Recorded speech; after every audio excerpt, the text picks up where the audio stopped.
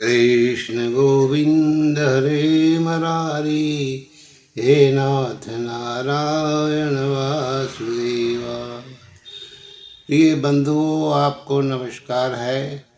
आज मैं आपके लिए कार्तिक महात्म्य का 29वां अध्याय की कथा जो है सुनाने जा रहा हूँ, सो आप ध्यान से सुने। तो राजा पृथु ने कहा कि हे नारद जी, आपसे कलहा ने जिस प्रकार मुक्ति पाई, ये सारी कथा हमको आपने सुनाई है और मैंने अच्छी तरह से सुनी है। हे देवऋषि, ये काम उन दो नदियों के प्रभाव से हुआ था। कृपा करके मुझे ये बताने की कृपा कीजिए। कृष्णा नदी साक्षात भगवान श्री कृष्ण जी महाराज का शरीर और वेणी नामक नदी भगवान शंकर का शरीर है। उन दोनों नदियों के संगम का महात्म श्री ब्रह्मा जी भी वर्णन करने में असमर्थ हैं। फिर भी आपने मुझसे पूछा है, अतः मैं आपको इनकी उत्पत्ति के बारे में सुनाऊंगा, सो आप ध्यान से सुनना। चाक्षासु मन्वंतर के आरंभ में ही श्री ब्रह्मा जी ने सह्य पर्वत के शिखर पर यज्ञ करने का निश्चय किया।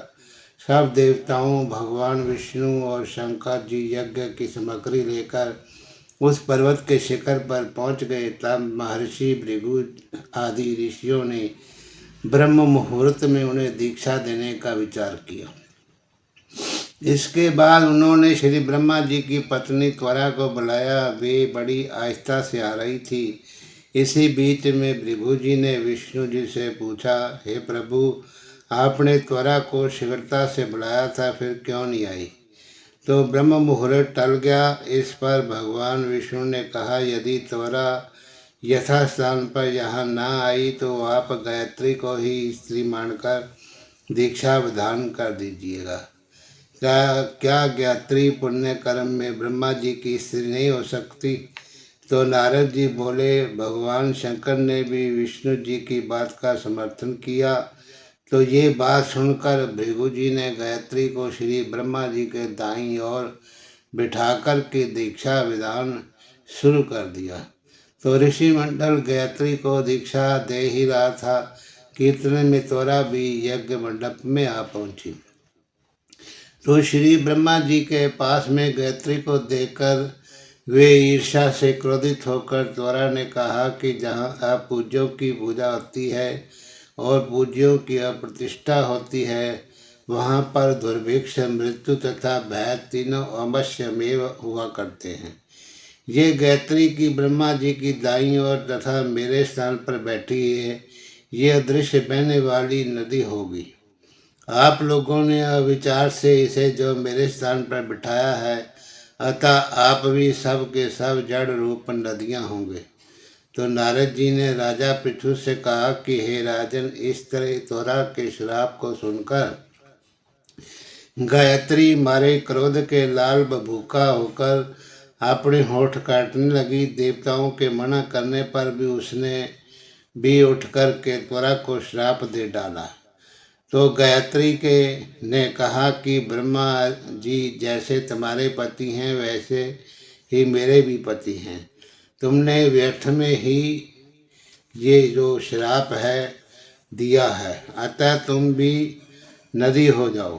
तो नारद जी ने कहा कि तब तो देवताओं में भी खलबली सी मच गई। वे त्वरा को दंडित करके कहने लगे कि हे देवी, तूने जो ब्रह्मा आदि सब देवताओं को श्राप दिया है, इससे यदि हम सब जड़ रूप नदियाँ हो जाएंगे तो फिर निश्चय ही ये तीनों लोक ना हो जाएंगे, क्योंकि ये श्राप तुमने बिना विचारे दिया था। तुम इसे वापस ले लो। तो त्वरा ने कहा कि हे देवतागण, आपने यज्ञ के आरंभ में गणेश जी की पूजा नहीं की, इसलिए ये विघ्न उपस्थित हुआ है। मेरा ये श्राप कभी खाली नहीं जा सकता, इसलिए आप सब अपने अंगों से जड़ीभूत होकर अवश्यमेव नदियाँ बनोगे। हम दोनों सौते भी अपने अपने अंशों से पश्चिम से बहने वाली नदियाँ बनेंगी। तो नारद जी ने राजा पृथु से कहा, त्वरा के ये वचन सुनकर सभी देवता विष्णु शंकर आदि अपने अपने अंशों से नदियां बन गए।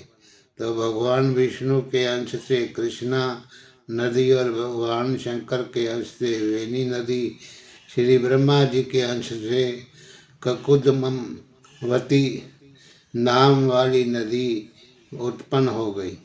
तो सभी देवताओं ने अपने अंशों को जड़ बनाकर वहीं सहिया पर्वत पर फेंक दिया। फिर उन लोगों के अंश अलग अलग नदियों के रूप में बहने लगे। देवताओं के अंशों से हजारों की संख्या से पश्चिम वाहिनी नदियां उत्पन्न हो गई। तो गायत्री और त्वरा दोनों पश्चिम वाहिनी नदियां होकर एक साथ बहने लगी। उन दोनों का नाम सावित्री पड़ा। श्री ब्रह्मा जी ने यज्ञ स्थल पर भगवान विष्णु और शंकर जी की स्थापना की। दोनों देवता महाबल तथा अतिबल नाम से विख्यात हुए। तो राजन, कृष्ण और वेणी नदी की उत्पत्ति का ये वर्णन जो मनुष्य सुनेगा उसे दर्शन और स्नान का फल जो है प्राप्त होगा। हरिओम दशरथ नमो नमः। अच्युतं केशवं राम नारायणं कृष्ण दामोदरं वासुदेवं हरे, श्रीधरं माधवं गोपिकावल्लभं जानकीनायकं श्रीरामचन्द्र भजे। हे अच्युत हे पार ब्रह्म अविनाशी अविनाश, हे पूर्ण हे सर्वमय दुख भंजन सुख रास। हे संगी हे निरंकार निर्गुण के सब टेक, हे गोविंद हे गुण निदान जाके सदा विवेक।